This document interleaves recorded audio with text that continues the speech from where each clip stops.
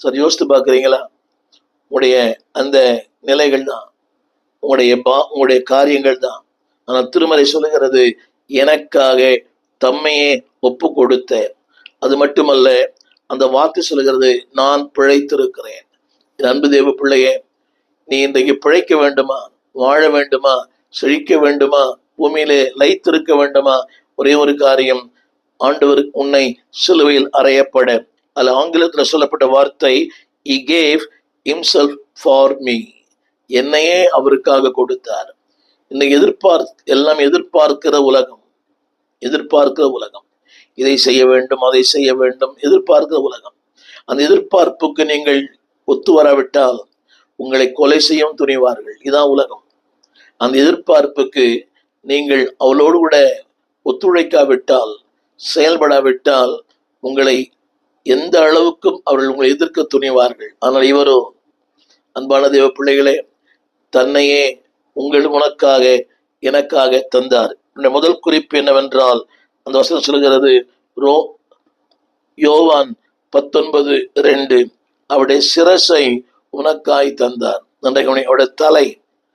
யோவான் 19:2, போர் சேவகர்கள் முள்ளுகளினால் உள்ள ஒரு முடியை பின்னி முள்ளுகள் அவர் சிரசு மேல் வைத்தார்கள். சிவப்பான ஒரு அங்கியை அவருக்கு உடுத்தினார்கள். இதனால் சொல்லப்பட்ட வார்த்தை, அதாவது முட்கள். இன்னைக்கு எல்லாருடைய வாழ்க்கையில முட்கள் இருக்கிறது. முட்கள் இல்லாத மனிதர்களே இல்லை. கணவன் ஒரு முள், மனைவி ஒரு முள், பிள்ளைகள் ஒரு முள், உறவுகள் எல்லாம் ஒரு முட்கள் தான். ஊழியத்திலும் கூட ஊழியர்களுக்கு அநேக முட்கள் உண்டு. எல்லா ஊழியர்களுக்குமே முட்கள் இருக்கிறது.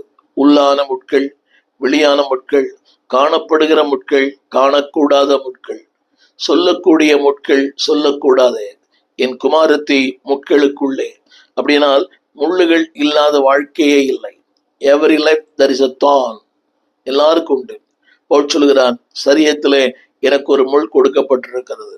எல்லாருடைய வாழ்க்கையில ஒருவேளை நீங்கள் அனுபவசாலியா இருக்கலாம், நீங்கள் இவெல்லாம் அறிந்துள்ளா இருக்கலாம், நீண்ட கால ஊழிய அனுபவங்கள் இருக்கலாம்.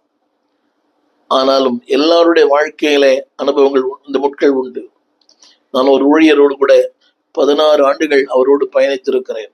ஒரு மாபெரும் தேவ மனிதர், பல சபைகளை உருவாக்கினவர், பல ஊழியர்களை உருவாக்கினவர். A champion is a coacher for the champion.